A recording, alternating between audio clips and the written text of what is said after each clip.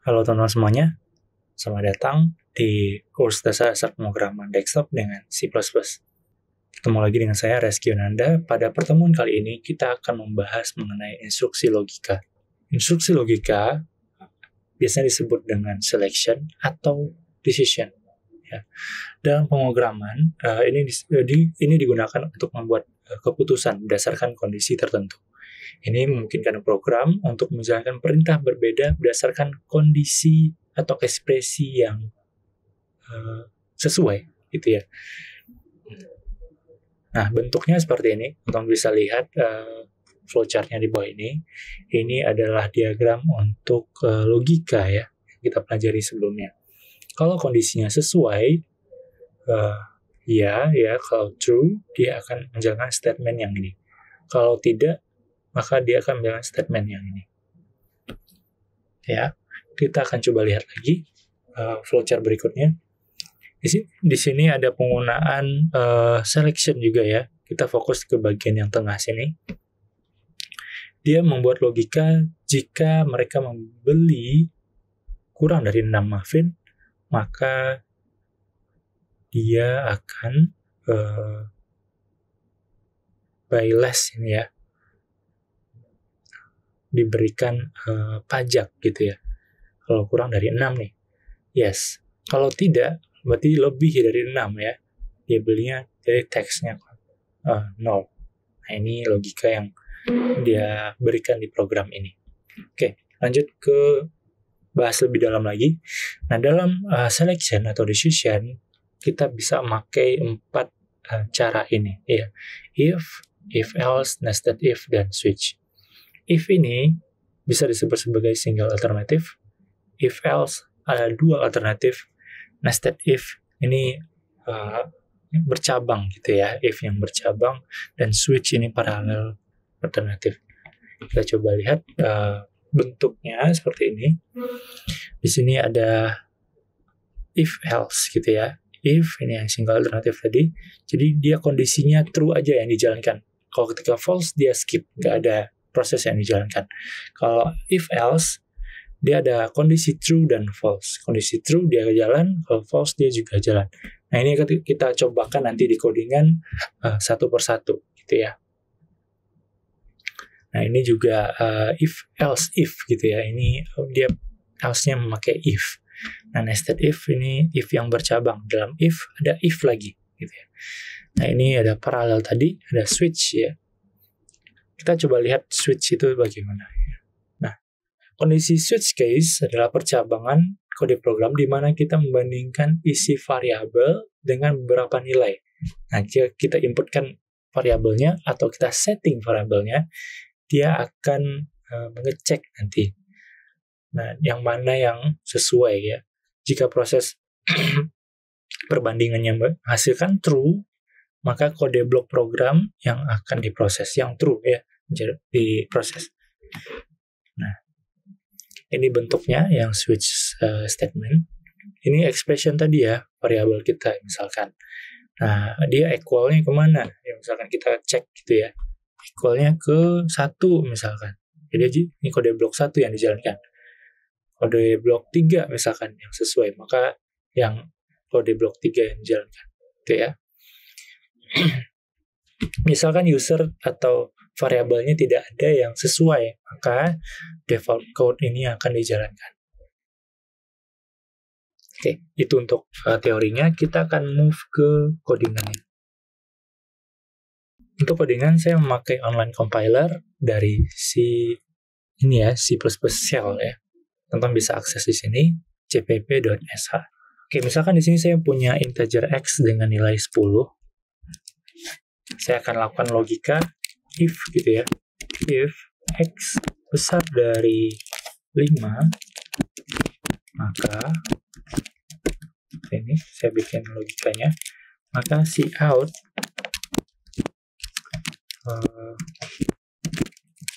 nilai x besar dari 5. Oke, ini kita pakai yang single alternatif dulu. Kita coba jalankan, apakah bisa? Oke, ada error ya. Kita coba lihat. Cout. Oke, sebentar. Kita ada nah, tadi kita kekurangan using namespace std ya, sininya.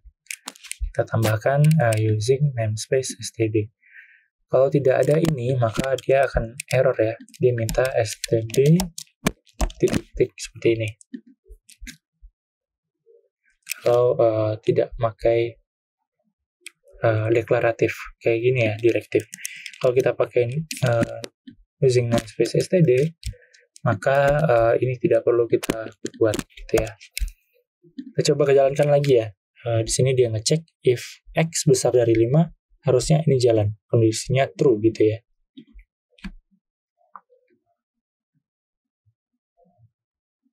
Oke, benar ya.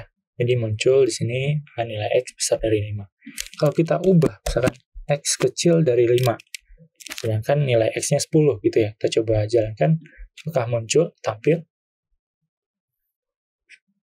Oke, tidak tampil apa-apa ya, karena yang ditampilkan ketika kondisi x-nya kecil dari 5 gitu. Nah, kita cobakan decision berikutnya itu pakai else ya. If else, saya tambahkan di sini.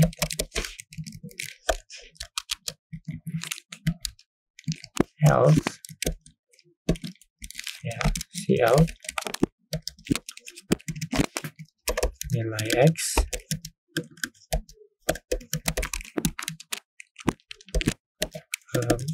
besar dari 5 misalnya. Ini kondisinya jika kecil dari 5. Nah, teman-teman bisa lihat di sini kalau x-nya kecil dari 5, true, benar gitu ya. Ini akan dijalankan. Kalau tidak, yang ini akan dijalankan. Kita coba lihat ya. Oke, saya kurang ganti koma.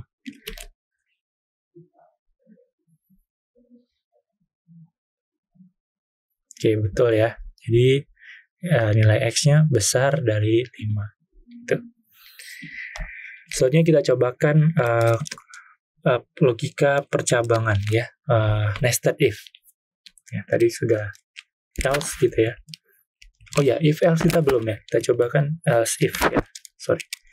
Else if di sini kita coba lihat if x saya bikin logika sama dengan 10 ya. Saya kasih 3 kondisi di sini.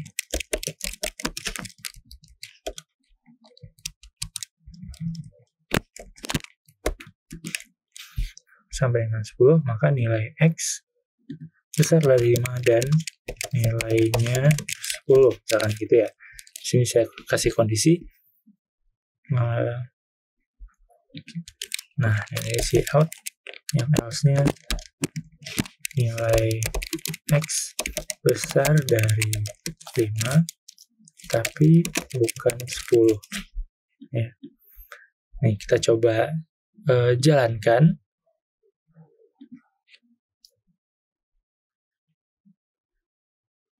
Oke, di komanya.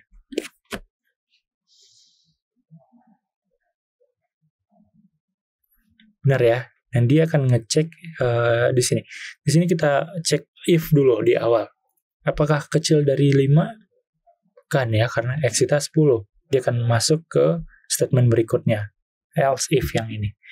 Apakah x-nya sama dengan 10? Benar gitu ya. Dia akan jalankan yang bagian ini langsung. Dan programnya selesai gitu ya. Nah, gimana kalau kita bikin x-nya 15 misalkan? Apakah dia jalankan yang bagian yang ini atau yang terakhir, else?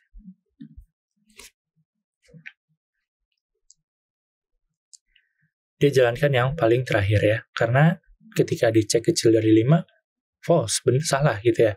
Dia cek lagi nih, apakah x-nya sama dengan 10? Enggak juga gitu ya. Maka dia akan jalankan yang bagian terakhir, else ini ya. Besar dari 5 tapi bukan 10. Nah, selanjutnya kita bisa bikin nested if gitu ya. Nah, kita coba di sini if X besar dari 5, kita printkan nilainya gitu ya.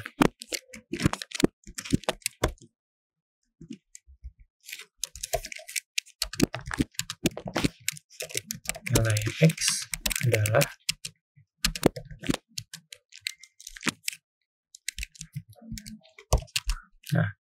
ketika kondisi ini yang dia jalankan, kita akan menambahkan logika program lagi di dalam sini ya, di dalam else ini.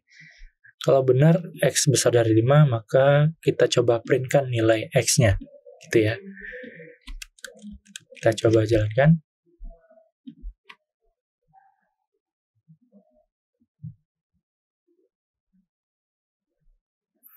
Oke, sini saya kasih new line dulu biar nggak ini ya, biar rapi. Nah, benar ya. Jadi ketika dia jalankan yang else, dia akan next lagi nih, ngecek yang di if ini. Karena pemrograman C++ ini dia bersifat sequential. Jadi line by line dia akan jalankan ya. Misalkan 11, terus dia turun ke 12, dia turun ke 13 gitu ya. Sama dengan di else ini di line ke-17, dia akan turun ke line ke-18 ya. Kalau ini diproses ya. Terus dia jalankan di line 19 sampai line 24 gitu ya untuk programnya. Oke. Lanjut, yang terakhir kita cobakan switch case tadi ya. Nah, switch case kita coba pakai cin di sini, input ya. Misalkan kita punya integer X tadi lagi ya. X kita belum kasih nilainya. Terus kita minta inputkan ya. Cout X ya. Oke, cin X. Oke, switch.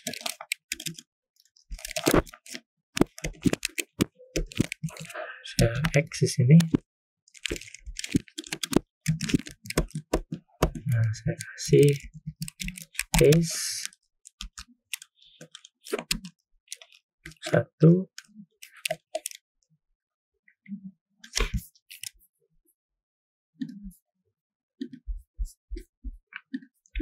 Oke, sorry. Di sini saya perjelas lagi ya, inputkan nilai X 1 sampai 5 gitu ya. Kita kasih informasi yang diinputkan tuh angkanya angka 1 sampai 5 gitu ya.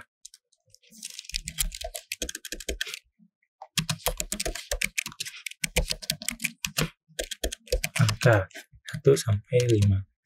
Nah, nanti di sini switch-nya case 1 misalkan yang diinputkan itu bernilai 1, maka dia akan jalankan yang 1 sini gitu.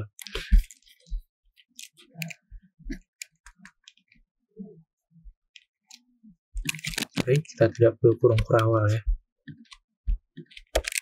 Case 1 dia akan jalankan cout. Misalkan di sini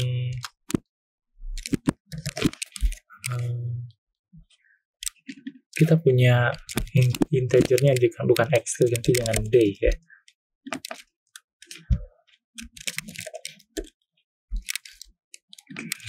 Kita variabelnya kita ganti dengan day misalkan ini. Nah, kalau dia input 1 berarti itu misalkan Senin ya. Di koma terus break. Di koma. Lanjut ke case 2. Jika diinputkan itu bernilai angkanya 2, maka cout Selasa misalkan.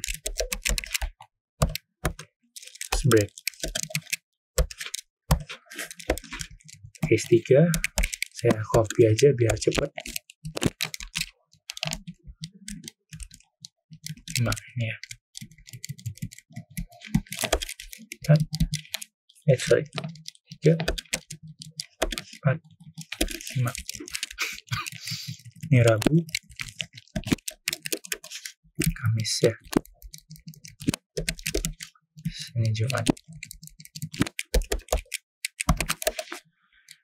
Oke, kalau yang diinput itu salah gitu ya, berarti kita kasih default.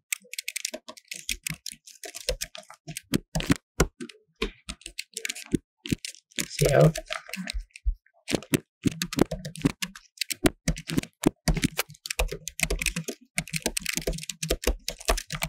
Salah. Oke, kasih seperti ini, terus break. Pastikan teman-teman menambahkan break di setiap case-nya ya. Nah, ini coba kita jalankan.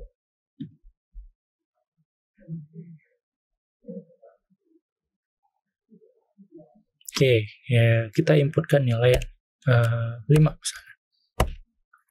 Ya, benar ya. Dia akan langsung printkan, jalankan case yang kelima. Kita coba lagi, kita coba inputkan nilai 10 misalkan. Nah, dia langsung jalankan yang ini ya, nilai yang diinputkan salah. Oke, seperti itu ya untuk selection atau logika, instruksi logika dalam pemrograman C++. Terima kasih semuanya. Kita akan next sesi berikutnya belajar mengenai perulangan. Terima kasih.